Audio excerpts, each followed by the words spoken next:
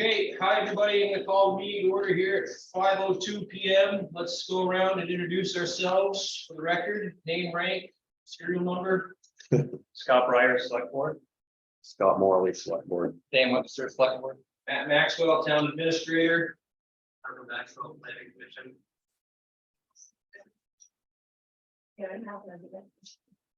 Gary Kinnett, President. Okay, virtual people, go ahead. David Barlow, Treasurer. Dan, you're muted.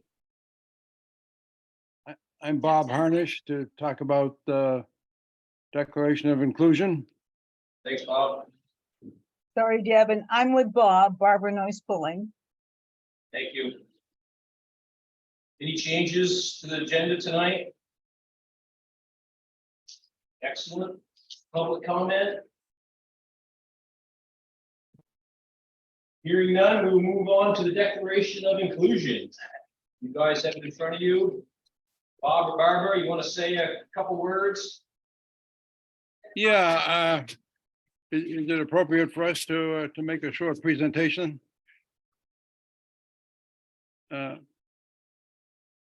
If so, I will go ahead. Go ahead, Bob. And I'm glad you received some information on inclusion in your packets, I believe. So I'll just say that we're here to discuss the concept of making Vermont a more welcoming state. And this is a statewide effort. And currently 115 towns and cities have endorsed the concept. In addition to that, the Vermont League of Cities and Towns and the Vermont State Chamber of Commerce have, and the governor have endorsed our effort and become our staunch allies in this effort. So we're asking towns to endorse a simple statement that says they will reject discrimination and will be welcoming to all people regardless of religion, economic status, ethnicity, and etc. So this is the morally right thing to do, but it is also the economically important thing to do for Vermont, which I will get into in a moment. But just to go back to the beginning, in September of 2022, the town of Franklin adopted the first Declaration of Inclusion, and that was introduced by one of their own members. And I came to learn about it from the chairman of the select board in Franklin, who happens to be my cousin, and told me about it as we were having lunch shortly after the town adopted it. And as he said to me, the world is getting more diverse, and our young people need to be equipped to survive in this more diverse population. As a town, we want to stand up and say we reject discrimination. So that was the reasoning for their board of selectmen. Our schools and churches teach us that discrimination is morally wrong. The 2020 census tells us that the population of Vermont is stagnant and also aging. And that means that the people are not moving here, and those of us who are here are getting older. And if this is allowed to continue, then the state will not have the revenue to continue to maintain services and infrastructure. So those are two important reasons that we believe towns should work together to adopt a statement of inclusion.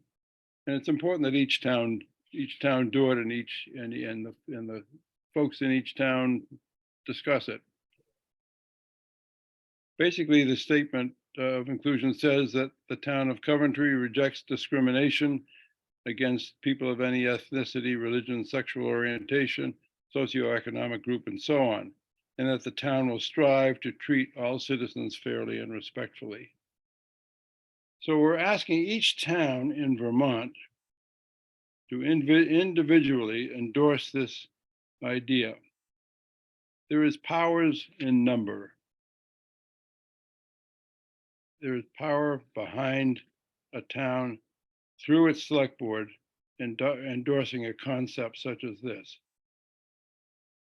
So the easy route would be for a town to do nothing, but that is not the way to move Vermont forward.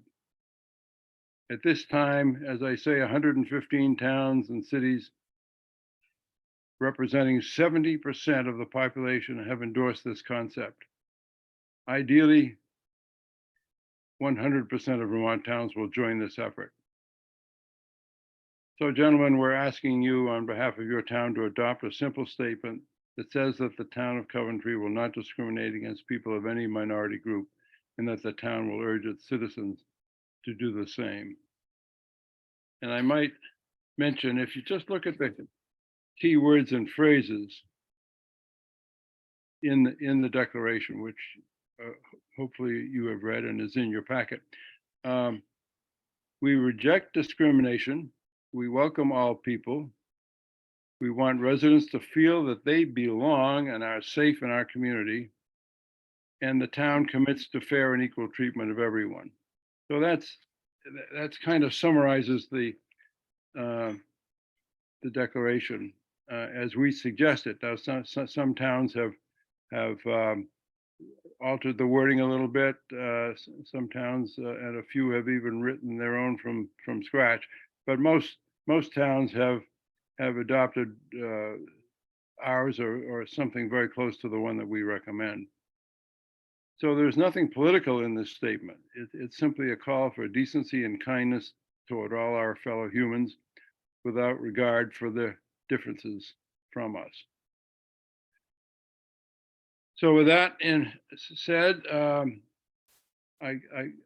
Barbara might want to make a few words, say a few words, or maybe there are questions from the board or from your visitors to this meeting. I would, if I could, just spend just a minute. We sometimes get the question, why does my town need a declaration of inclusion? And so we kind of look at that a little bit differently. We believe every town and city in Vermont should have one, and having one sends a strong and clear message that we're open to all kinds of people, and that we want everyone living in Vermont to feel like they belong here and that they're safe here. So we think these declarations, as they're passed town by town, actually show Vermont is standing together on this. So if we're certainly open to taking any questions.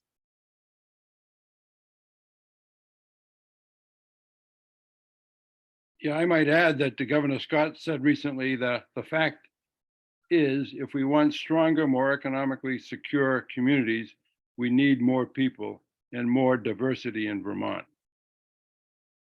So the intent of our statement of inclusion is to raise consciousness about the importance of diversity and the positive effect that it can have on the Vermont economy.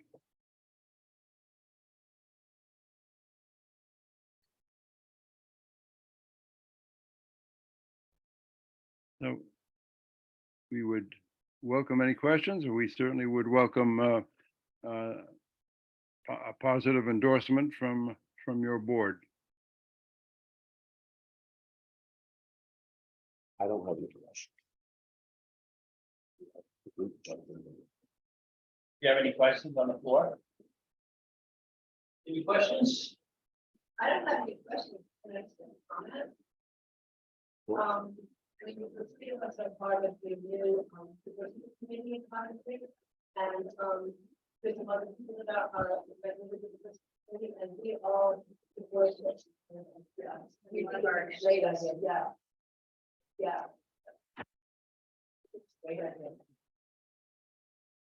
Do you feel the town right now is against being fair and welcoming to anyone or everyone, or?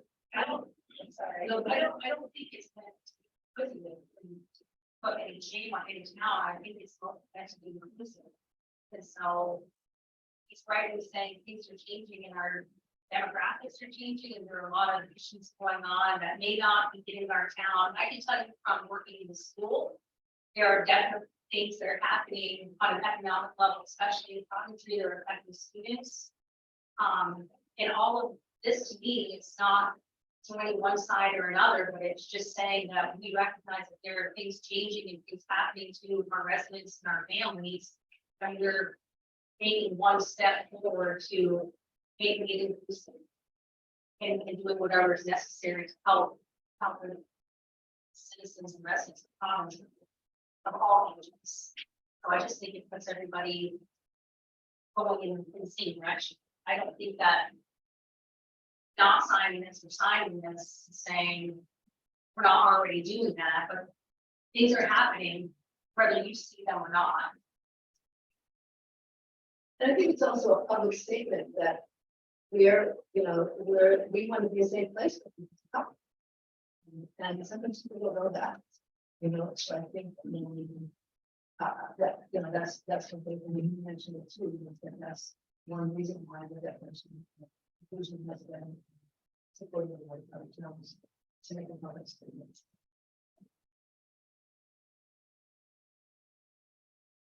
I guess at first I'm kind of like, whoa, we're not against this, but I'm good with it. I guess the question is, it seems to be like common sense, so what would be the board's apprehension to not saying we're on board? What do you think that it says if you do sign it, or if you don't sign it? What kind of message does it send? Mhm. Well, I think that if it were me trying to respond to that and everything, I thought about it quite a bit. I've been seeing the other towns, I read the Chronicle, I read and hear other people's thoughts and opinions and what other towns have done or not done, thought through it for myself. And we say it's not political, but it is, right? Some people think it's political and some people make it political. Right, wrong, or indifferent, that is what happens. It is a political issue. It's also a big issue where a similar point of business came in front of our board recently from another organization who had already prepared documents for us and wanted us to simply take a look at it, presented us with all their thoughts and opinions on why it was in our best interest to do what they wanted us to do. And we said, no, we're not going to do that. The town is functioning well. The town has not got issues that we're aware of in that area. And so we're going to keep doing it the way we've been doing it until we see some hard and fast examples of why we've made some mistakes, and we'll evaluate those and we'll build on it. I'm a very personally, I'm not speaking for these two, but I'm a very individualistic person. I like to think for myself. I like to act for myself. I like to think through things for myself. I don't like things done for me. In this case, I think it's a bit much for me because it's being done for me. The last part of what I would say for that is, again, in my personal opinion, something like this, and we've had a couple of other issues recently where we have been presented with an issue or sort of a big challenge. And I think we did the right thing and we said, I'm not so sure that two people sitting up here should make that decision for a town. It's a big deal. And this is kind of fitting that same mold for me, which is, you know, this is a big deal. It is political. It is something that may or may not affect some people that we don't even know or understand. And I don't see why we would want to just get 2 votes out of 3 or 3 out of 3 to push us in that direction, or we may want to be asking the whole town. So why don't we settle that down? That's kind of what I would, probably what I would push it for. And just let folks, educate, send these things out, have meetings if we need to, and, let the town make that decision, whatever it is, and then we'll follow the town's direction, whatever it is, best of our abilities. You'll have a town meeting where very small percentage and the same people come to the town meeting, so you're still not presenting to the whole town to vote on. And is this declaration, he said that some towns have changed, it, so that's a template, so if there's language in there or wording, which I don't feel or see anything political in it about it at all it's saying is that we don't want to just really want people to feel welcome. So if there's specific language in there that you find that you're not okay with, I don't know if this is a question they can answer, but is it a template where that wording can change? Because like she said, this is going to be an initiative of the university group, the committee, that we want to see something like this in Coventry. And unless you want townspeople to stand up and what do you want them to present specific instances because you haven't seen it or it hasn't been presented to you that things are happening in this community unbeknownst to you, so we have to get up and parade ourselves in front of what the town or in front of this committee with specific examples of things that are happening in a racial, religious, or specifically economic way that our people are being excluded. Is that what evidence you need to say? Like, I guess I don't understand what it is that you need more of. I think I want the townspeople to vote on it. So is that a question again, that is like, is this a template where if the town says, I don't like this phrase, I don't like this word, that you can, the Coventry can create its own, that Yes. we can create our own? I mean, I think.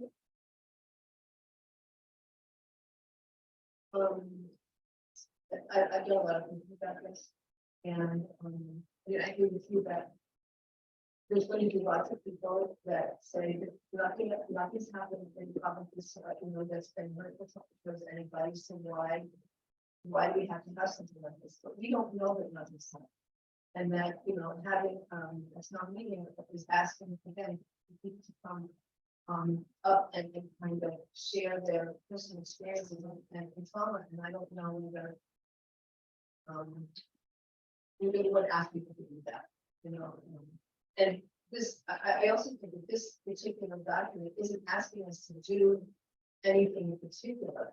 It's not saying we take one side or another side, it's just saying that we want to let other communities and other people in our community that we welcome everybody. And people don't always get that message. And there's different ways to give that message. And I think this is one of the ways that we can give that message. If we have it on the website, and not everybody checks the website, but some people do, and I think, and it doesn't mean that everybody's going to feel welcome, but just because we do this. So you not signs to make people feel welcome. Yes, And yes, yeah. the three of you sit up there voted by the town of Coventry because you're entrusted with our vote issues like this. So part of it is your responsibility to take it back to the town, like you're up there representing us to make decisions.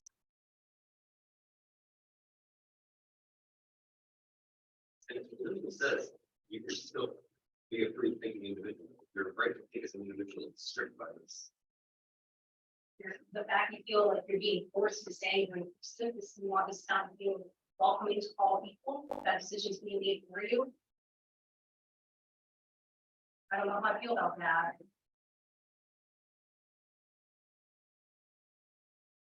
Seems what was the word? Absurd. Sort of like it feels passive aggressive, and it feels like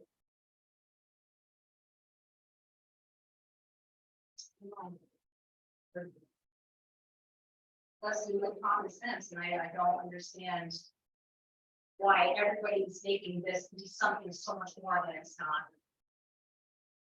I guess you have to be on the other side of the coin to feel the way people feel in this situation, why they feel like just having somebody say you feel welcome would make so much of a difference. You're putting in all of this other stuff and it's not saying any of that.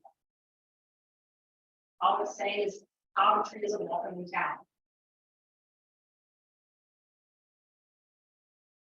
But I don't know if any of you came in wanting to listen to anything we had to say, that we had your mind made up, because you've been thinking about it for a while, because of everything that's been happening in all of other towns. All of the attention, the negative attention and drama that's been brought on other newspapers and on social media. Already predisposed you to have an opinion on this before 4 people out of our entire community came. You already had your mind made up, is what I think. So with that, what we said, what these people said, you came in here saying no. And I don't know how I feel about that either.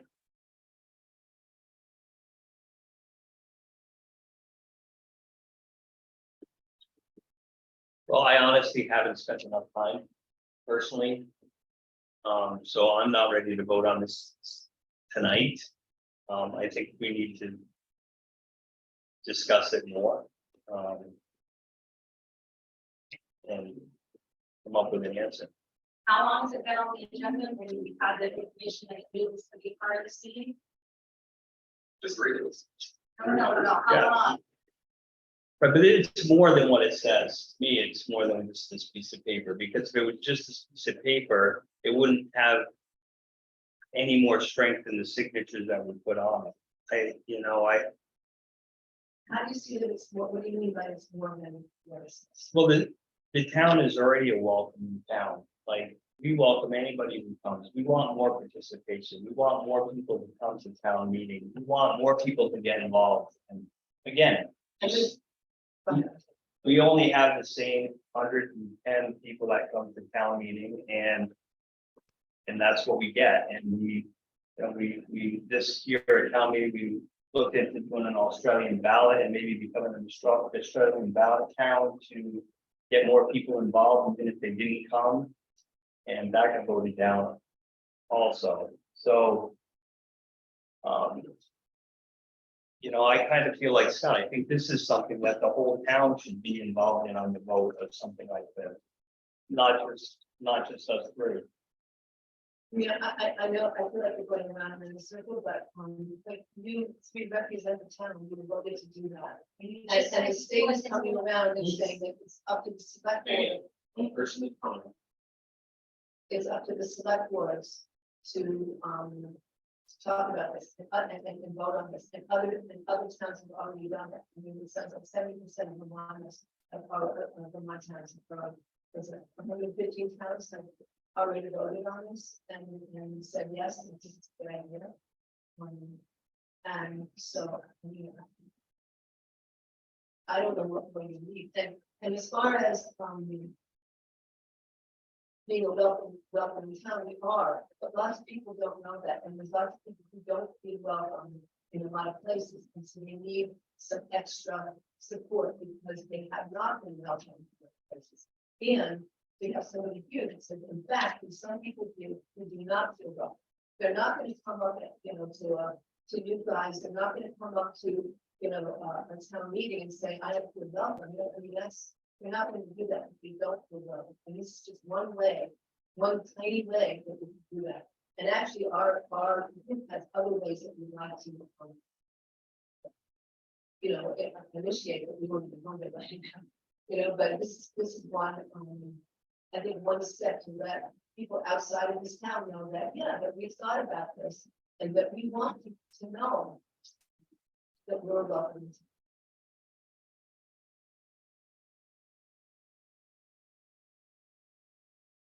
I have a question. Go ahead, Gary. I'm not for or against, I'm not, saying either way, but what are the other 30% doing? Are they saying no? Are they researching it?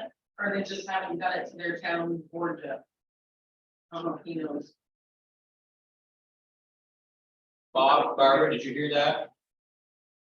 Yeah, the basic answer, the primary answer is that we haven't gotten to them yet. And that includes a lot of the smaller towns. We went by population. We just went with the census of the various towns and cities and started at the highest, the largest ones, and are working our way down. So we've got a lot more towns to go to reach all 247. Right, and if I may, Mr. Chairman, if I may say a word, I Yeah. will say where it went to a vote in the two towns where it went to a vote of the people, the vote was overwhelmingly in favor of the declaration. So I just throw that out there. It's not a bad thing to go to the to go to the town and have it discussed at town meeting. Discussion about this is excellent and important. And but I will say on the other side is what kind of a message does it send to your town that you reject this, that you don't reject discrimination, you don't welcome all people, or at least you are not willing to say so. So I just throw that out there as perhaps a closing remark, but And I just wanted to add, we've worked really hard to make this nonpartisan. We've worked with Governor Scott, we've worked with the Vermont Chamber of Commerce and Vermont League of Cities and Towns. So this isn't a partisan issue for Vermont. The people we've worked with in the towns, the 115 towns, have seen this as something that is larger than that, and perhaps more important than that. yeah, excellent point. Partisanship is in the eye of the beholder. You don't believe that it's partisan, but others may.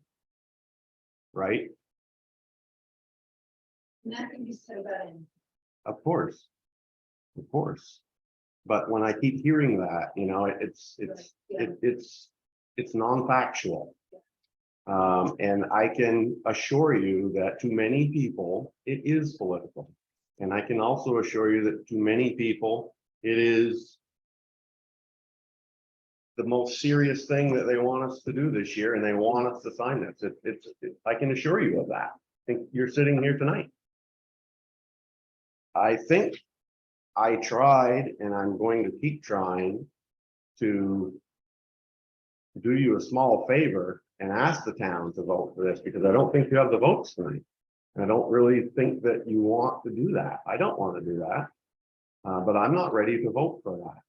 I'm not speaking for the others, but it doesn't mean that I don't support it. It doesn't mean that I don't want it. It doesn't mean that I don't think that it's good. It means that I'm not going to vote yes for it tonight. But I sure as hell will support it when the town votes for it. That's where I sit. And that's my final statement on it. And that's in March. Town meeting. So we could put it on, like, we've got two of them now, right? We've got two issues that are big that we're putting on there. And I mean, we can't overload the thing, but we could get this on there and we can disseminate it and inform and help that in any way that we can. And let the town take care of it, do what they want to do. Okay, so it sounds like we're not gonna be taking any action on this tonight. I'm not going to motion. Not gonna motion, Dan. Okay, Bob and Barbara, thank you very much.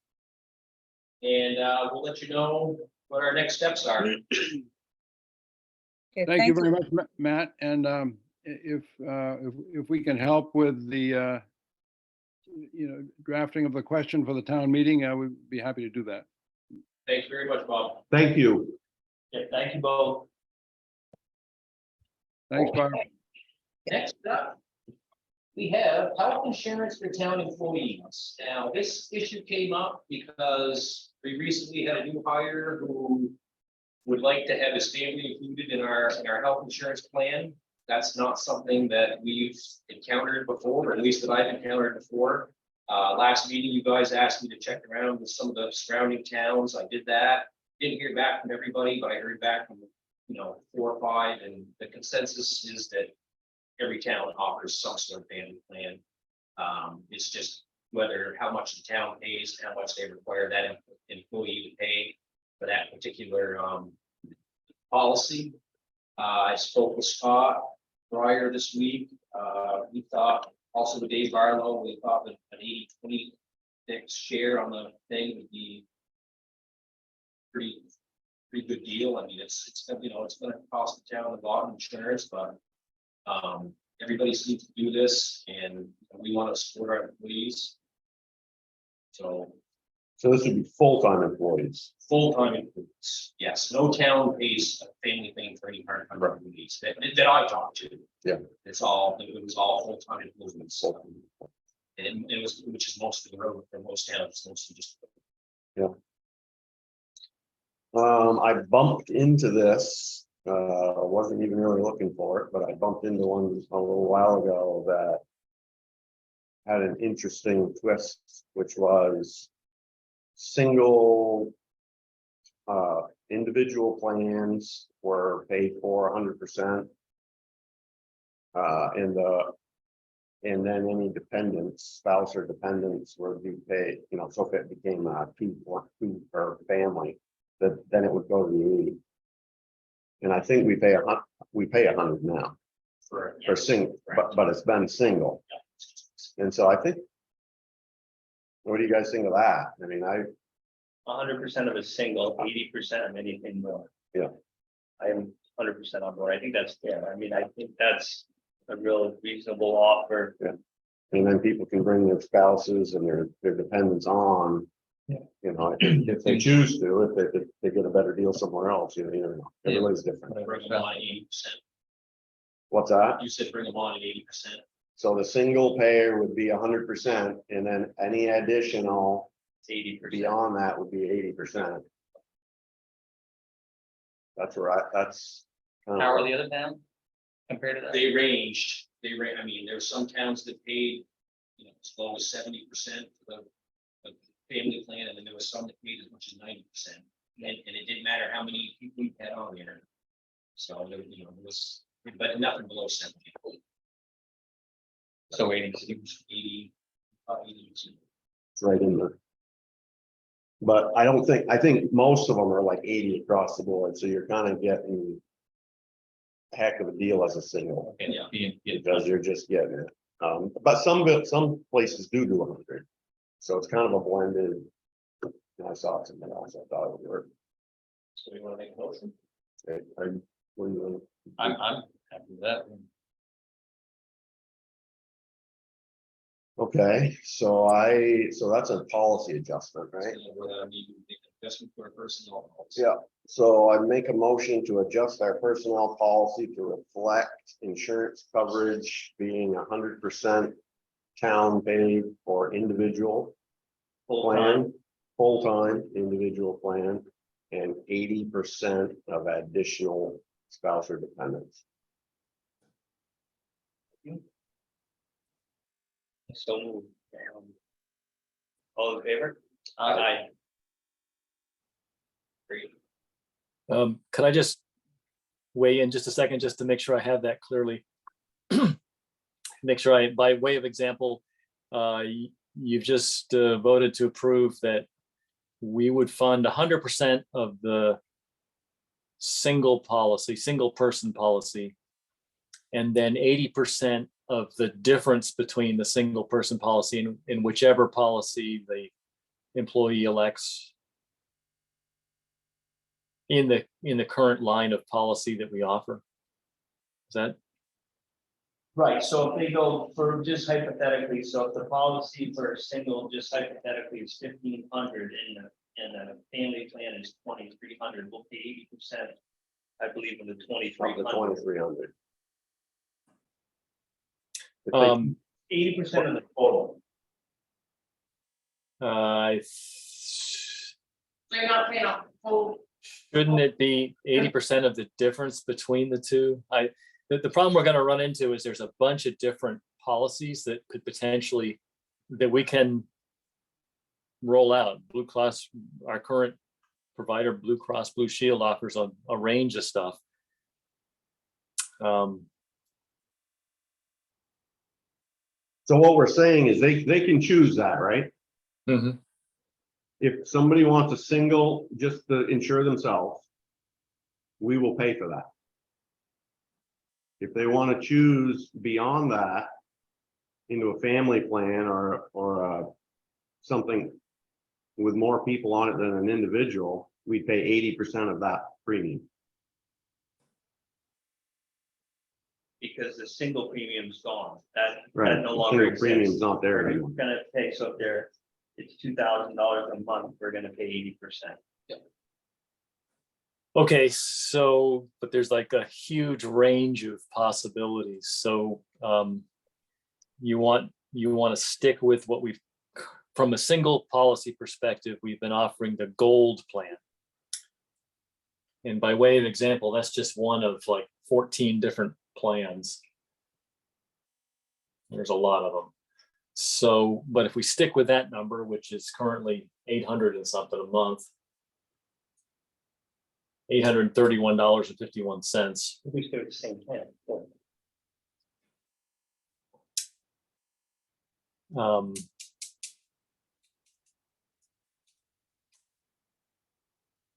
Okay, the thing we can run, it's just a little bit, I think we're almost immediately going to be in a policy question again, but So let with- me just rephrase what I think you're telling me is, if you're a single person and you elect the health insurance, then we'll pay for it, kind of like we've been doing.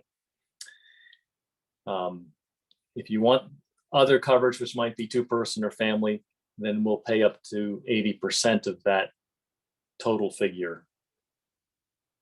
Right, do they offer a family plan that's under the same gold Oh, category? they do. So for example, the gold single plan is 2,300 plus 2336. But you can move down a level if you're willing to accept a much higher deductible, which is almost always the cost of paying less, higher deductibles, where the single plan is 667 a month, and then the family plan is only 1,800 a month. So what I kind of see, we don't really have a floor for what we're willing to pay for. But I don't want to make a problem where maybe there is no problem, but I just. Well, I can see where the employee would definitely want the best possible plan you could get. So we should probably have a guideline of what plan we're offering. Then we probably should have a guideline of what plan we're offering for a family plan also. If the deductible goes up to, from 1,500 to 5,000, how much less is it, and what's the difference in cost to the town? Well, for example, the two plans I just described are right next to each other on their huge chart. The gold plan we currently offer at the single person has a $1,400 basic deductible. Whereas the next one down, the silver, is 4,000.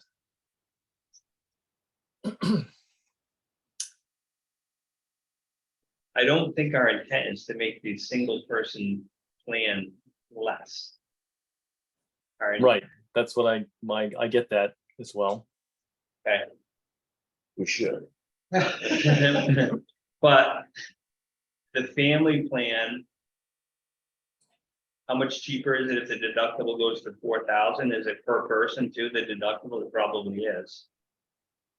It is, but it's stacked. So if any one person comes over the personal deduction, then anyway, I'm not going to pretend to be an expert on all this. I mean, it's going to make my head blow up.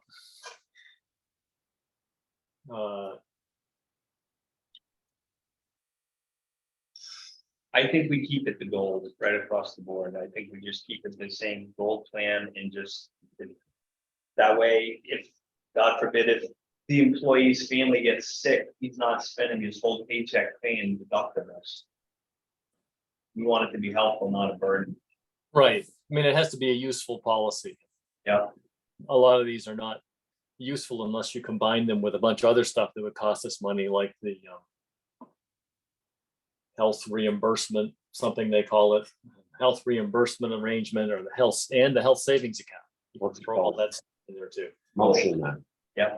So Um, in addition to the change on the policy, I'd like to make a motion that we keep it the gold plan across the board for an individual, a couple, or a family plan. That's what we'll still pay the 80%. I second. All those in favor? Aye. Aye. Very good. Next up is the meeting house update. Dave, stay with us. Meeting house update. Tell us about the concert. Yeah. If you may remember from over a year ago that there's actually a free concert scheduled at our now fabulously refurbished meeting house. There's a UVM pianist that's touring every town in Vermont. Play Every Town is the name of it. And he's scheduled for July 30th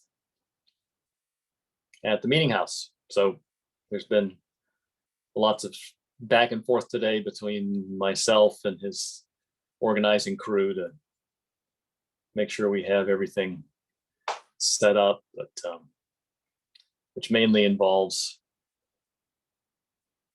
opening the door. Do we need to get the piano tuned? Yeah, I'm gonna take care of that. So we all set with insurance and all that stuff. And the facility should already be insured. For whatever we want to use it for. You believe it in this? Can we check on that? Make sure we're covered. You You're know, talking about, right? all of our buildings. I'm quite familiar with our insurance policy. It's on there. Yeah. I've been to some of these previous events elsewhere, like the one in Newport City. It attracted a very large crowd of 16 people. I'm not anticipating a huge turnout. I mean, it would be nice. The meeting house can comfortably sit 150 probably, but What's on the website? it will be a much less. Do we want Where's to? the registration of them? Put it on the, we're gonna put it on the website. They have. Do we want to see if Kelly wants, for Kelly a couple $100 instead of going? Okay, thanks, David. Okay. Wait, David, do you want us to reach out to Kelly? And see if she can go over there and spruce it up? I was planning to take care of that as well. I already asked you about it. You wanted me to hire somebody. You said. Yeah, coordinating all that, it's just easier just to do it. It shouldn't be bad anyway, right? No, a building that's been empty for 20 years and had a bunch of remodel and a leaky roof? No, it shouldn't be bad at It's all. a great shape. No. If you change your mind, David, call. Yeah, it's not gonna be pristine, but it's gonna basically vacuum and dust. I mean, it's not that huge a deal. It's just wooden surfaces. Of course, there is the lead factor since the entire, well, anyway, we'll just kind of wear a mask. Wow. Okay. Hey, guys, next up we have the salt shed bids. Got a couple of them for you here. Whoops.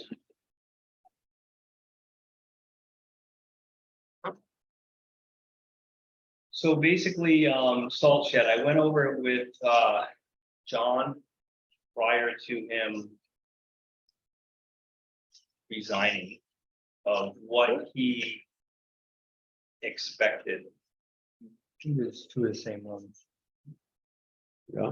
Second page. So anyways, what he expected, and he told me that we need to have a 12-foot wall on top of the existing cement so that the dump truck can get in there and fully dump without worrying about clearing the hitting the roof. He recommended that the walls be pressure treated And then he also mentioned putting pressure treated plywood on the inside of the walls too, to keep the salt from getting onto the sill and whatnot. So these bids are 2x6 pressure treated walls. They are treated plywood on the inside. And then originally I thought the ceiling would just be open to the trusses, but after recently building an outdoor kind of structure myself, I noticed that the pigeons and the birds were starting to build nests, so I ended up closing in my ceiling. So these bids both include a vinyl ceiling on the inside of, and then which one contractor recommended, instead of going vinyl, we should put the pressure treated plywood up onto the bottom of the rafters too. It was $1,000 more to do that, but then it would be all treated on the inside. No birds there'd be no corners. Which one of them has that? Roberts, Robert? Roberts does $1,000 more on addition to his bottom line if we wanted to go that. Oh, way. it's 1,000 over that. It's 1,000 more for the Gotcha. more. We add the plywood versus vinyl. On the If you ceiling think that's, side. you think that's the way to do it? I think so. Plus, if anybody hits it, you won't break it. Like the vinyl is gonna be in sections and there's gonna be more joints and then there's gonna be, it's not as tight. I think it'll, Like that think- thin milk house board, like that stuff. yeah, just vinyl. So I think we're better off to go with treated on the inside. Yeah, that's exactly what it does, yeah. Junk. So basically, you'll strap the ceiling on the underneath side, 1x4 strapping, and then they'll plywood to the strapping, and the whole thing will be finished on the inside now. Metal on the outside, metal roof.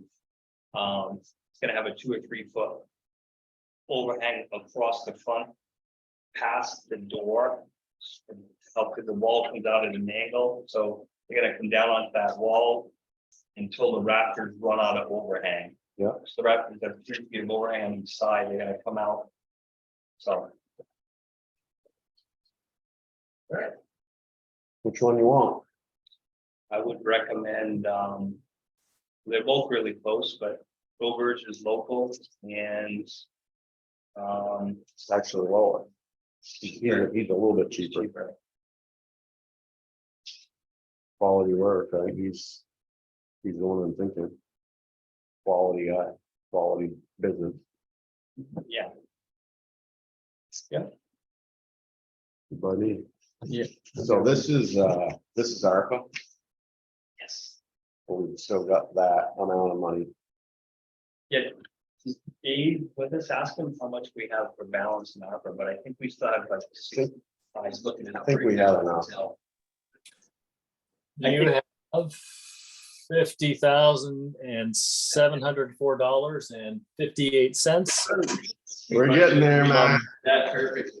I would, yeah, it would be good if you're gonna use ARPA, then I'd be happy to have you do it. But to motion it specifically, because Yes. your previous ARPA for salt shed was 14K and you're already over that, so. Say you're gonna award the bid and you're gonna use ARPA funds to pay for it. All right, so I'm gonna award the bid to Rick Rovers from Salt Shed for the total. His bid with the treated plywood would be $47,280. I would like to just maybe round it up. We'll keep, that's the bid and that's what it should be, but should we approve a little more in case we run into any extras? I don't see any. No, let's just do it exact. $47,280. He requires a 10%, $10,000 deposit and payment when it's completed. Start on July 24th It's the ARPA funds. to be paid for from the office. Yeah. I second. Thank you. All those in favor? I, Very good. We'll let the Roberts know. Thanks, guys. yeah, should be. Okay, next up is other business. We do have a quick bit of other business here. One of the payments for the planning commission clerk was not paid. I want to make a motion to pay her on the next payroll and eliminate that position. Stephanie? Yep. way we don't, not pay for it anymore. that we talked about. So apparently that was my fault, huh, Barlow? He still listening? Oh, yeah. Oh, yeah. I can't see you. Okay, so it was in my mind when I looked and approved the payroll that we had already had this discussion and that we had already made that decision. Apparently, we didn't. We had a discussion, but we never made a decision. Correct. My thinking about that, if we want to recap it at all, was I asked, why are we paying this position in the first place? And the decision or the response was, it was a position that was being paid because the planning commission was very busy and they needed a clerk. So it was a And planning, also she did Ned's minutes. Right, she was originally hired as a select board clerk Yeah.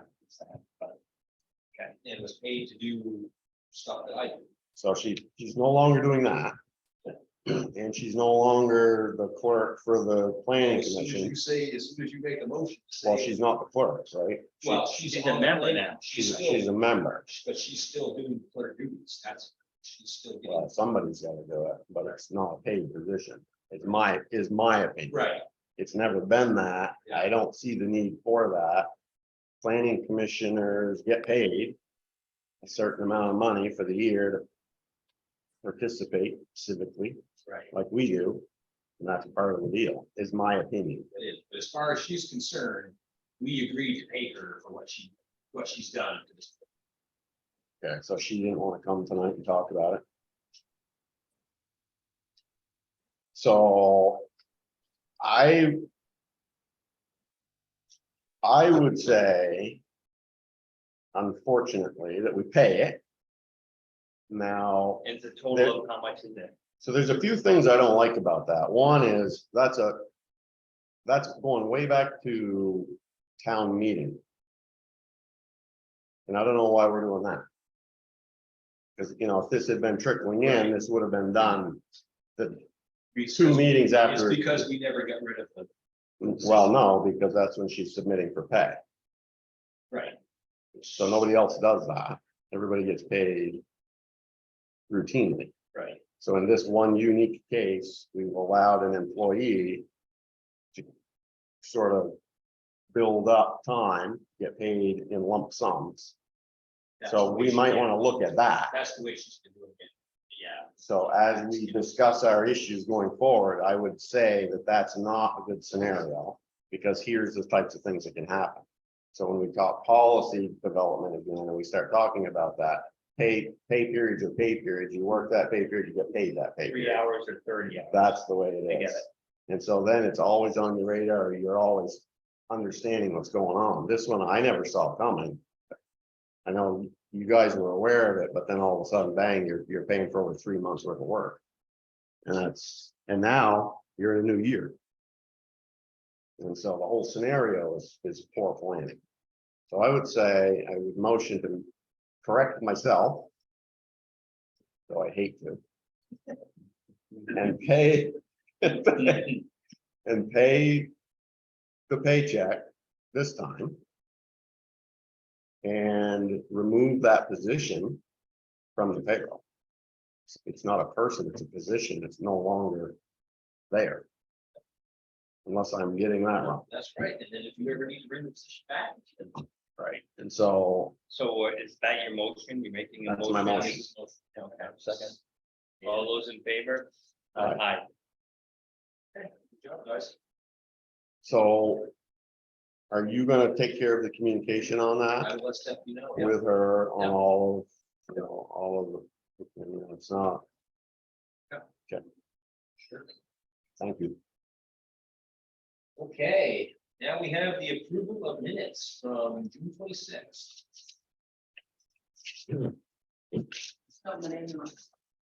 What? Your name wrong? Where, Carrie? Well, I've written your name about 400 times on these things. I got it wrong. I'm sorry. I brought them. From me a kid? Yeah, there you go, all you want. I brought them for Scott. There's Well, thank you. Yeah, we used to have a candy bowl, but we lost our. Candy bowl's gone. Yeah. Hey, Brian. Good, good. Okay, so I read this Great. already, yeah.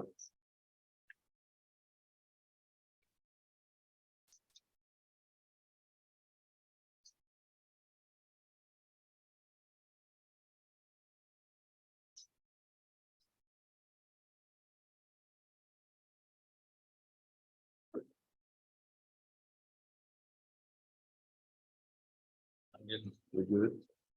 So I'll make a motion to approve the minutes as prepared for select board meeting Monday, June 26th, 2020.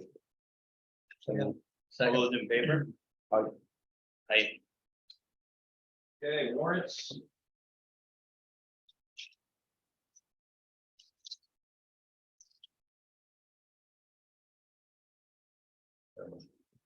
Hey, Matt.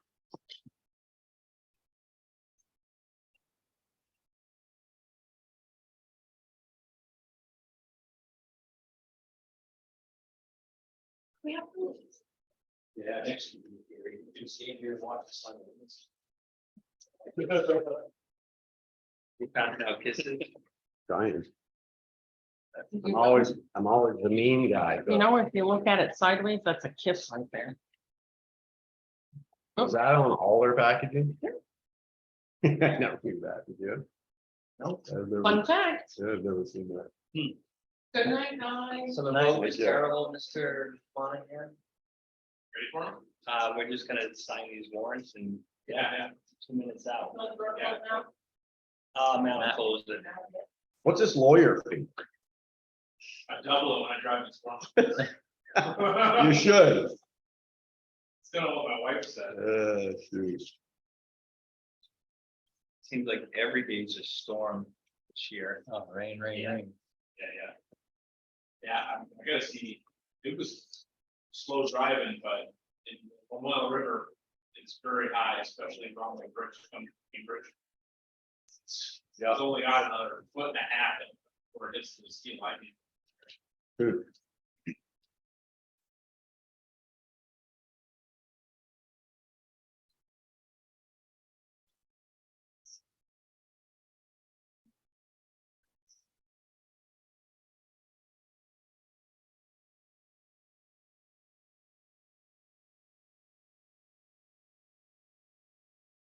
So can we can just leave this warrant the way it is with Stephanie on.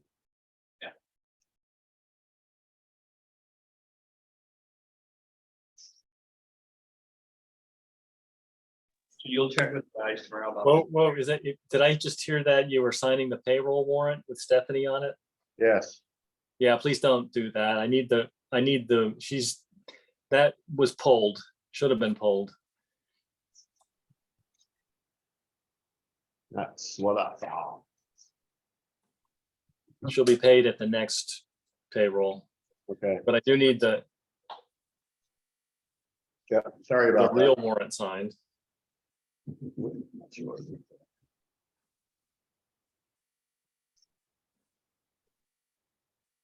Which isn't here, is it? Or was it? Did I miss it? All is in that one? No, I don't think it's here. It's not here, is it? It's gonna be next time.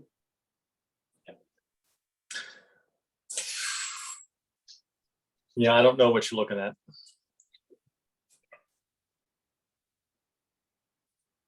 It's a big one.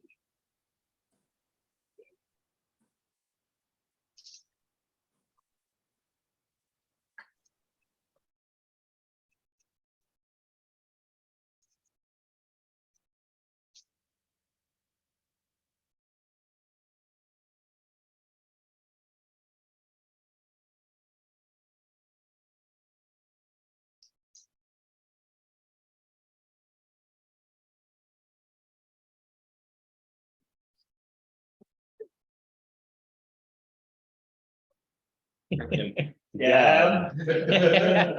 Pretty heavy. Thanks All for- right, all signed, you didn't miss any? Nope. Okay, motion those suckers. Motion to approve the warrants as prepared. So move, all those in favor? Aye. Aye. Good.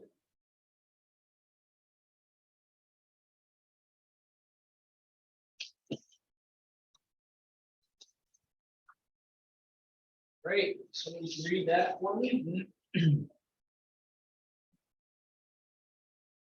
Legal discussion. I move to find that premature general public knowledge regarding the town's legal strategy with certain contract matters would clearly place the town at substantial disadvantage because the select board risks disclosing its negotiation strategy if it discusses the strategy in public. I move that we enter into executive session to discuss confidential attorney-client communications made for the purpose of providing professional legal services to the body under the provisions of Title I, Section 313, A1F of the Vermont statutes. I move that we go into executive session to discuss the hiring of an employee under the provision.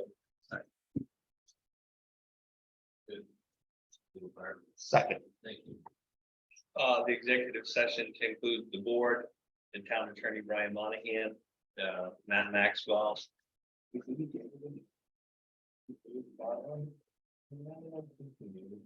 That's it. Great. Dave, Deb, see you later. Thank you. Have a nice night. Okay, we're gonna come out of executive session at 7:07 PM. No action taken, but we have something to say. So I would, the board would like to give Scott Morley permission to just talk to Casella regarding the values or the evaluations of the property. That's it. Second. All those in favor? Aye. Very good. Adjourn us. Motion to adjourn. So move. All those in favor? Aye. Good. News adjourned. Got us kind of late tonight, didn't he? He did. Usually he keeps us right out of here. That's freaking brilliant. Freaking brilliant. Yeah, that's. Once had a name, because